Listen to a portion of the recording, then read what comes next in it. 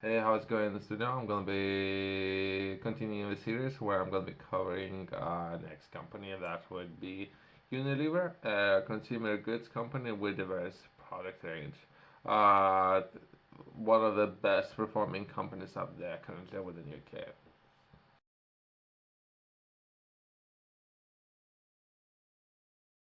Unilever is well known, I guess. Why you need to say it's well known? People should know. I don't. For the first time, I'm seeing this company. Perhaps everyone knows it. For myself, I'm seeing this company. Why you need to say everyone knows it? Well, I don't know this company. Multinational consumer goods company with a wide range of diverse product range. If you need to say it, perhaps nobody knows this company, if anything. Perhaps this company would like to be well known and they do the they project so they would become well known. I guess it's mind tricks if people are doing that. I don't know this company. Perhaps it's a very good company, has good management, a good product line, so all the good things, right? I don't know this company myself. The company was founded in 1930s and has a headquarters in London, United Kingdom, and Rotterdam, Netherlands. Unilever is one of the largest consumer goods companies in the world and operates in various categories. Let's take a look at those. Food and beverages. Unilever products range from food and beverage products, including well-known brands. I don't know, should I promote those? Perhaps this company is doing very well, if anything. As they're doing very well, let's summarize with that. They have those. That's the reason why I haven't heard about them, by the way. So they are the company that would acquire other companies, right? So as well as complement their own products and services, and they slowly over time become distributor, where they would have other companies operating under the umbrella, I guess. Umbrella, that means the one corporate would perhaps manage the number of different companies, making it perhaps cheaper when it comes to operating costs, especially acquiring very profitable companies. If it makes sense on the paper, perhaps that's the reason why they might be interested in acquiring some of those companies. If anything, perhaps improving some of the systems within those companies, administration tasks, so that they can oversee, as well as that it would potentially reduce operating costs, right? So perhaps some of the reasons, without promoting, but there's some top brands up there that this company would own, which is great, especially having Netherlands on board. That are very good with finances, I guess. Either way, let's move on to from food and beverages to personal care. Unilever, leader in personal care industry, offering products. Again, it's a lot of products, right? A lot of products that they have access to, and some of those companies, everyone definitely knows about them. Well, okay, so this is what we're covering within the city of a very large company. When we talk about billions and billions, right? So for people who are following history, we're trying to trace it back. Who keeps acquiring those smaller companies, right? With very niche products, but either way, as well as home care, beauty and cosmetics, health and well-being. So some of the industries that they had a hold of. Let's take a look at the history.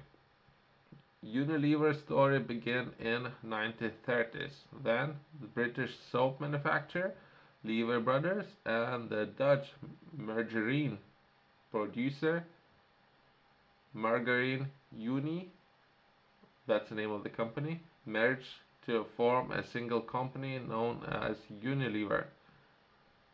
Lever Brothers, founded by William Huskecht Lever, was responsible for the creation of the world famous soap brand Sunlight.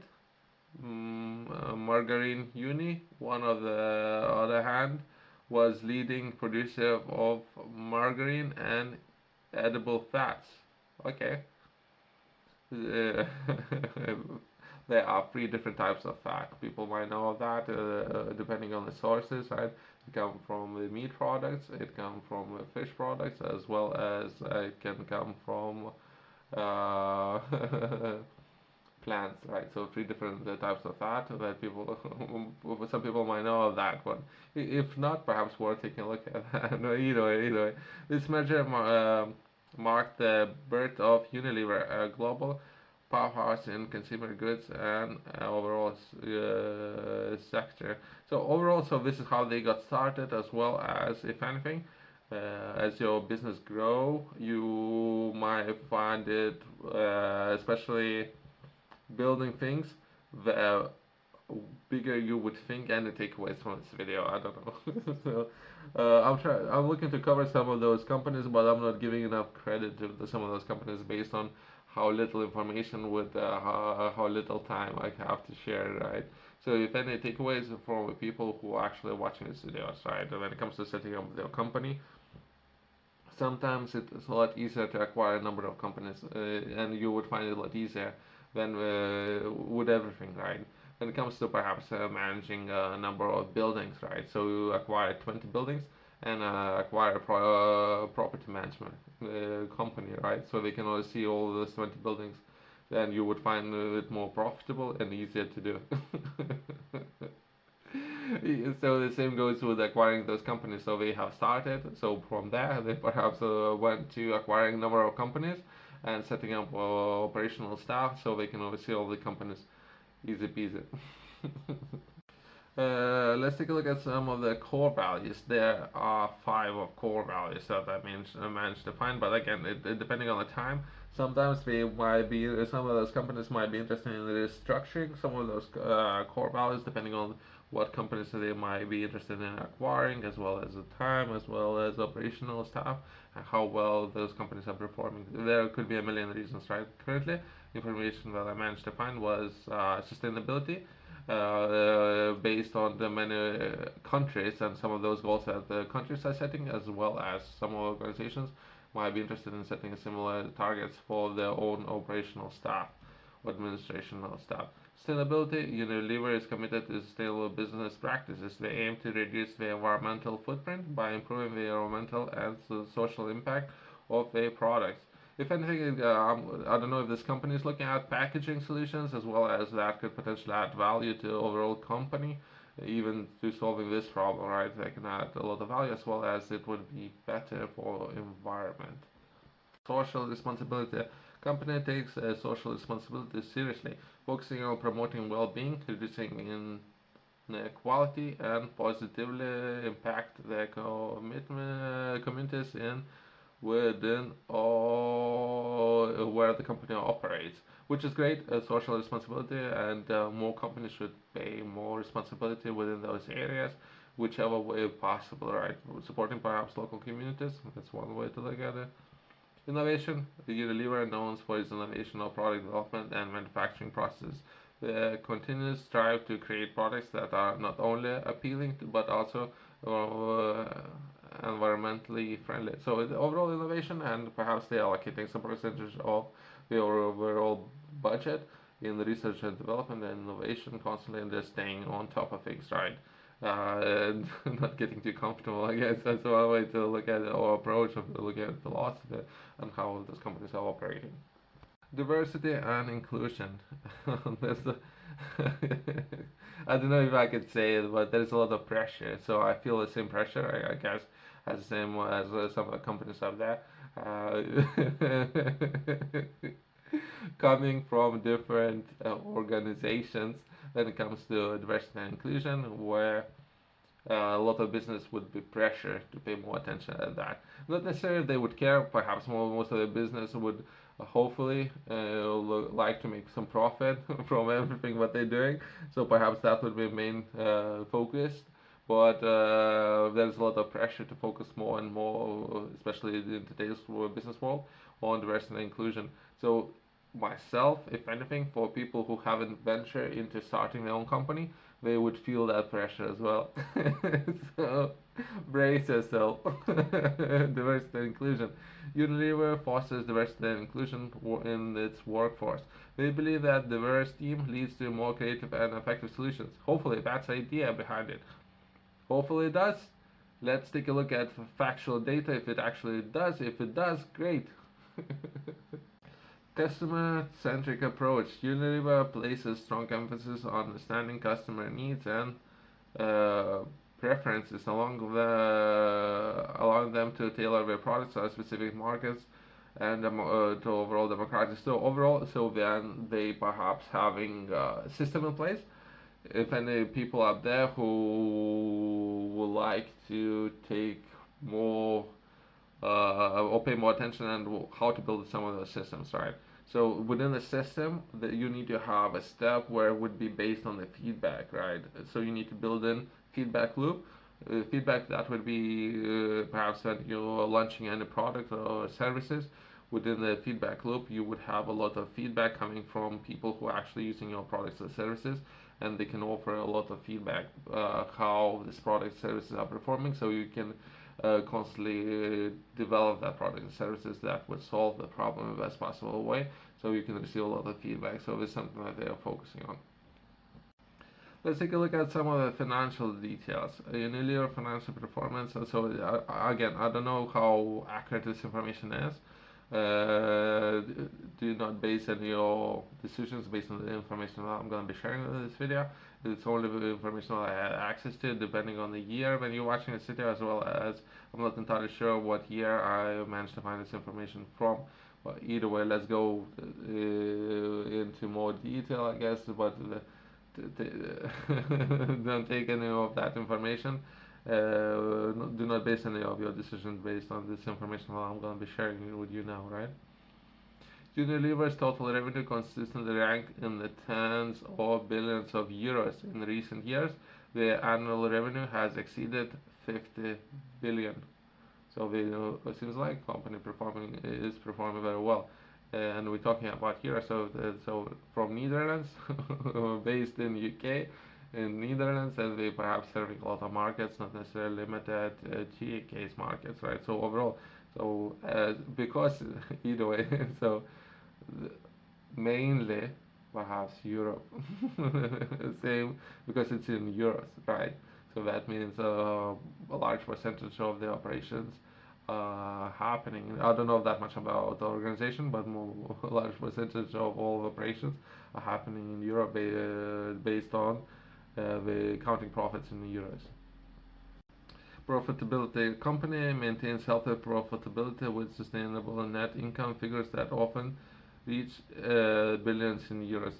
Again, so there's no accurate numbers, right? So for operational costs and everything, might dig into overall profits.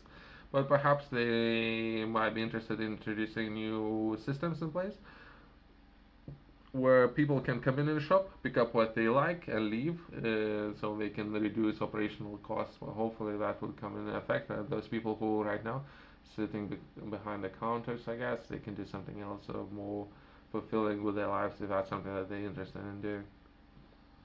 Let's take a look at stock market performance.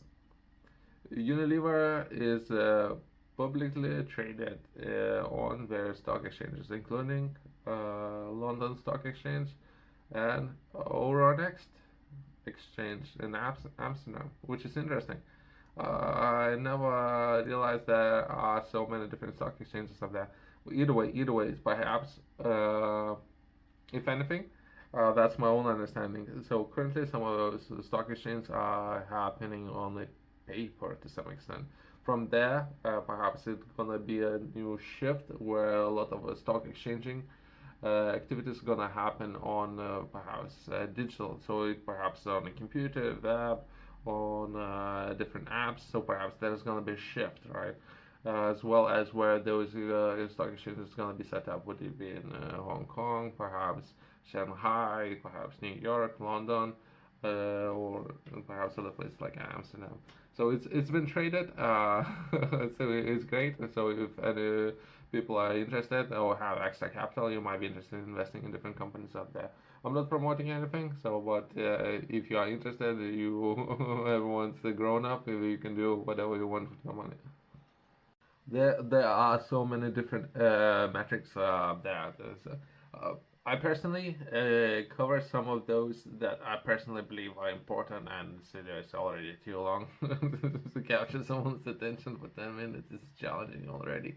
But either way, for people who are interested in finding out more about the company's performance, how well this company is doing, I would highly recommend to do your own research, try to understand everything yourself, and as well as having access to different information. I'm not entirely sure how accurate information, some of the information that I have, especially that I'm watching some of the people up there, how inaccurate information can be up there, as well as perhaps doing double checking all the information that I have access, that the information might not be up to date, not accurate, as well as some of those companies that I'm covering.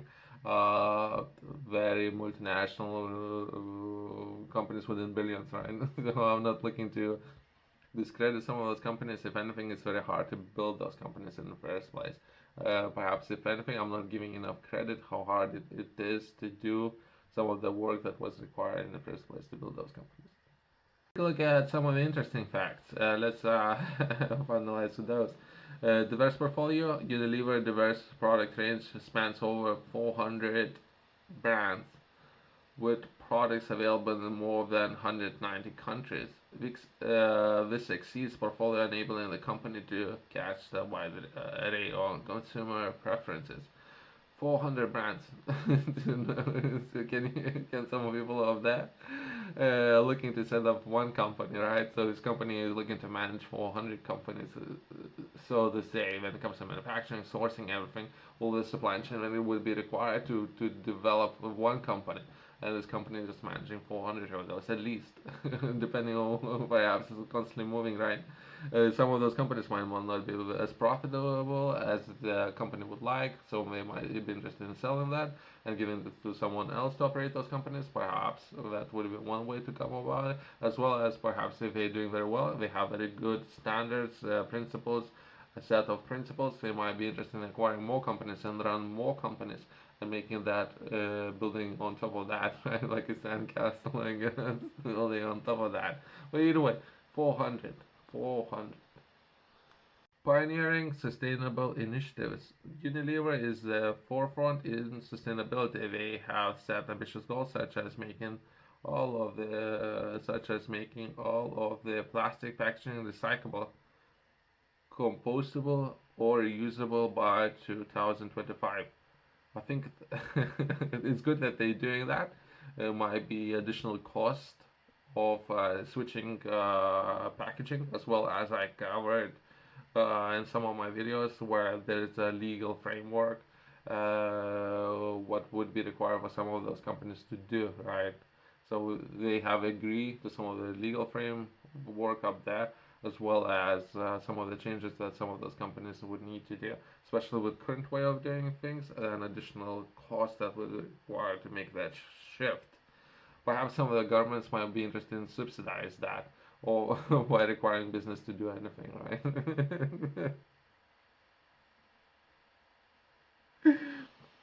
By 2025, so the next couple of years, so it's a quick shift. Consumer research. Unilever invests heavily in consumer research. They have pioneered various research methods in understanding consumer behavior and preferences would help them tailor their products effectively. Consumer research, so perhaps more software involvement, perhaps that's one way to look at it.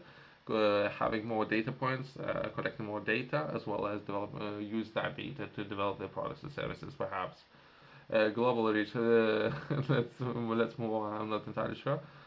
When we get a significant global footprint, their products are used by an estimated 2.5 billion people daily. 2.5 billion. That's a lot of people. Illustrating the company's wide reaching impact on everyday's lives. Right. So they have a wide range reach. Right. That's one of the reasons why they are top of the list. Right. Companies performing very well when it comes to business operations, right? Cultural sensitivity. Unilever marketing strategies are tailored to local cultures and traditions, enabling them to connect with consumers on a personal level in various parts of the world, which is great. Think that some of the companies out there are focusing on the different initiatives. I have seen other companies doing it. I haven't seen this particular company on what they're doing. Perhaps they're operating more in Europe. I haven't seen that much in UK. If they're actually interested in learning more, I have published a course. Within this course, I'm sharing a framework where to begin when you're trying to become, if anything, or to bring your understanding when it comes to where to begin, where to start when developing yourself, or what skills would be required. Some of the skills that I'm covering within this course haven't been taught in school. Hopefully, it's not nothing new to most of the people, but if it is, whatever station you might find yourself in, I would highly recommend to taking a look at this course and how much benefit that can offer to you when it comes to developing yourself, skills, understanding where to begin when we're trying to become highly effective, motivated individual when it comes to accomplishing your goals, achieving your dreams, right? This course is done in a number of different formats. Feel free to reach out to me if you have any questions, text, PDF, video files. Uh, you can find everything in the description below.